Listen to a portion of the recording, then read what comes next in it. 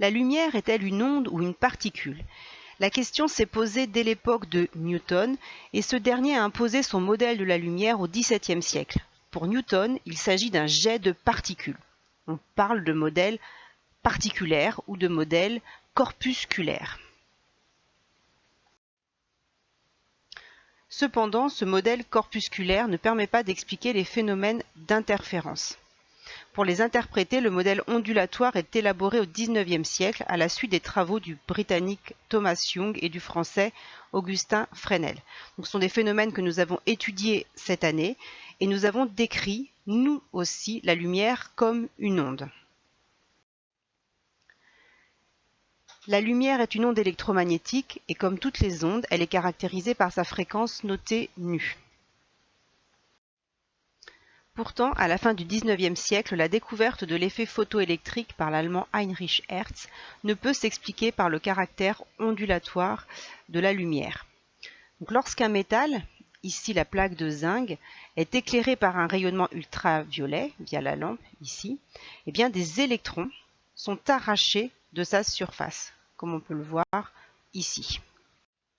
En revanche, si on utilise un rayonnement de plus grande longueur d'onde, donc on a choisi par exemple une lumière rouge ici, eh bien les électrons ne sont pas arrachés, même avec une durée d'exposition plus longue et en augmentant encore et encore l'intensité ici lumineuse.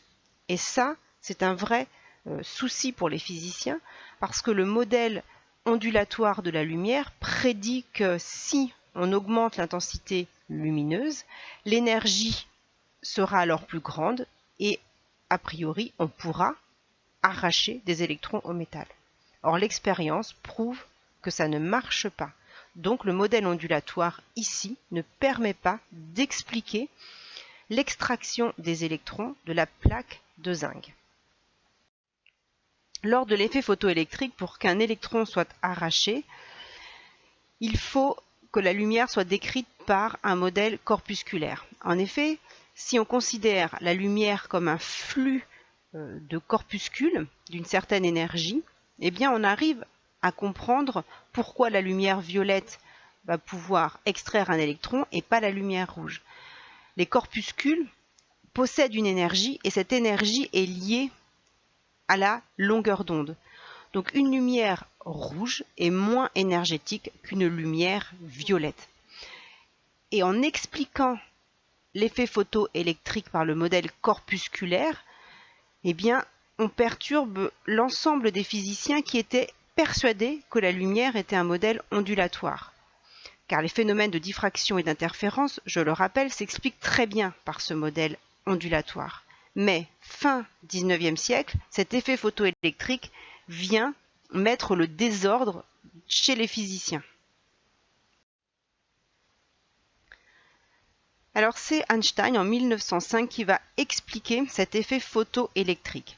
Et il va postuler qu'un rayonnement est constitué de particules qui transportent des quanta d'énergie. Ces particules, on va les appeler des photons. Et donc ils vont posséder une énergie E. Et E va être liée à la fréquence ou à la longueur d'onde du rayonnement. Donc dans cette formule que vous connaissez et que vous utilisez depuis la classe de première, on a la double nature de la lumière.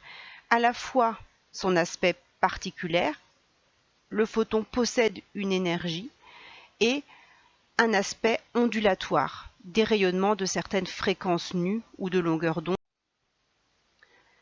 Les physiciens vont donc utiliser le modèle du photon, de charge et de masse nulle, et ce photon ne sera ni une onde ni une particule. C'est un objet quantique. On parle quelquefois de quanta d'énergie ou de quanton.